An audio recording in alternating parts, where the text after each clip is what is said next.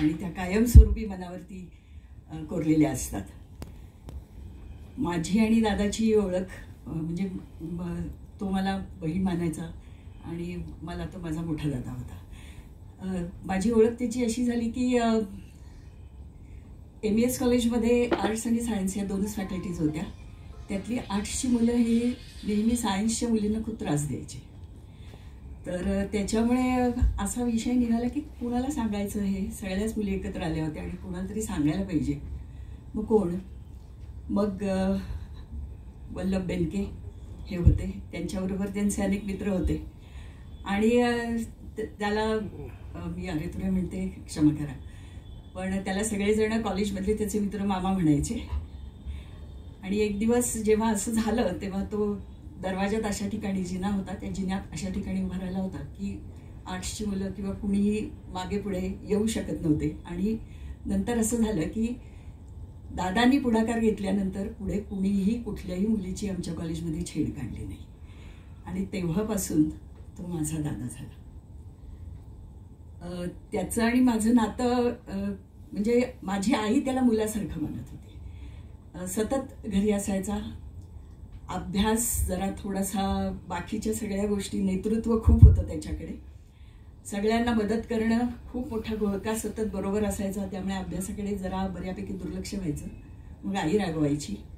मग तो घरी येऊन अभ्यास करायचा, म्हणजे माझ्या घरी येऊन अभ्यास करायचा. आमचा ग्रुप होता एक अभ्यास करणाऱ्यांचा आणि तो मला म्हणायचा आताच ते, कारण वर्गात काही जमायचं नाही. आणि असं झाल्यानंतर BSc झाला. प्राणीशास्त्र हा आमचा विषय होता. मी प्राणीशास्त्र घेतलं म्हणून दादांनी पण प्राणीशास्त्र घेतलं होतं. आणि अभिमानाची गोष्ट अशी की जेव्हा तो आमदार झाला आणि ज्यावेळेस इतर गोष्टींचं रजिस्ट्रेशन झालं तेव्हा त्यांनी मला मुंबईहून फोन करून सांगितलं की मंगल, माझं पूर्वीचं नाव मंगल कोठारी, तेव्हा त्यांनी मला फोन करून सांगितलं की आत्ताच्या सगळ्या आमदारांमध्ये BSc झालेला मी एकटा आमदार आहे आणि that credit goes to you, कारण तुझ्यामुळे माझं BSc झालं. मला याचं खूप मनापासून आनंद झाला आणि काहीतरी आपल्याला करता आलं ह्याचं मला खूप आनंद वाटला. त्याच्यानंतरची माझी आठवण अशी आहे की कधीच असं वाटलं नाही, म्हणजे सख्खी भावंड जेवढी तेवढाच दादा जवळचा होता आणि त्याचा एक आधार होता सतत. पुढे त्याचं फील्ड बदललं, माझं फील्ड बदललं.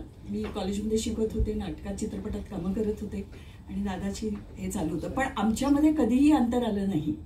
म्हणजे अमोलपासून अमितपर्यंत सगळ्या मुलांशी, सगळ्यांशी चांगले संबंध, राजश्री, सगळे म्हणजे युरियाचे सगळे दादा, सगळ्यांची, शिवाजीदादा, सगळ्यांशीच खूप चांगले संबंध होते आणि दादांनी ते मेंटेन केले होते. केव्हाही इथं पुण्यामध्ये, इथं तर होताच म्हणजे, पण जेव्हाही यायचा नारायणगाववरून तेव्हा तो आम्हाला सगळ्यांना बोलवायचा. मग आम्ही जमायचो, एकत्र व्हायचो आणि गप्पा मारायचो. आणि माझी एक फक्त अशी आठवण आहे की मला आठवत आहे की आमचं BSc झाल्यानंतर मी MSc करत होते, मी PhD करत होते.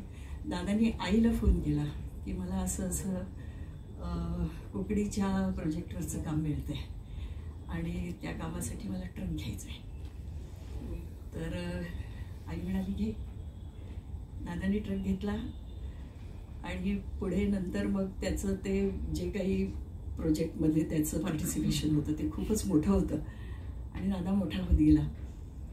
अजूनही त्या सगळ्या आठवणी, कॉलेजमधल्या आठवणी, म्हणजे सगळ्यांचा मामा माझा दादा, त्या आठवणी कायमस्वरूपी मनावरती कोरलेल्या आहेत.